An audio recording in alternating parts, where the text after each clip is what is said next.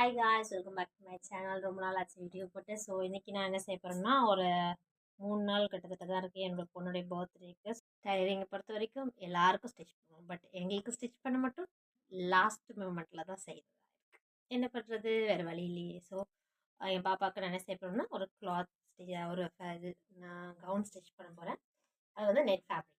இதே இதில் சாட்டின் cloth attach பண்ணியிருக்கோம் தெரியுமா, 250K 230 ஆர் சம்திங் வந்துச்சு அதோட ரேட். ஓகேவா. இது நான் என்ன செய்ய இது வந்து 10 மீட்டர்ஸுக்கு இருக்கும் நெட் ஃபேப்ரிக்.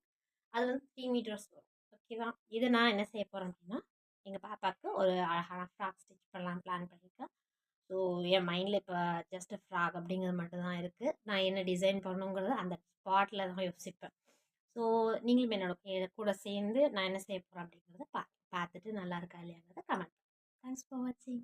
பாய்.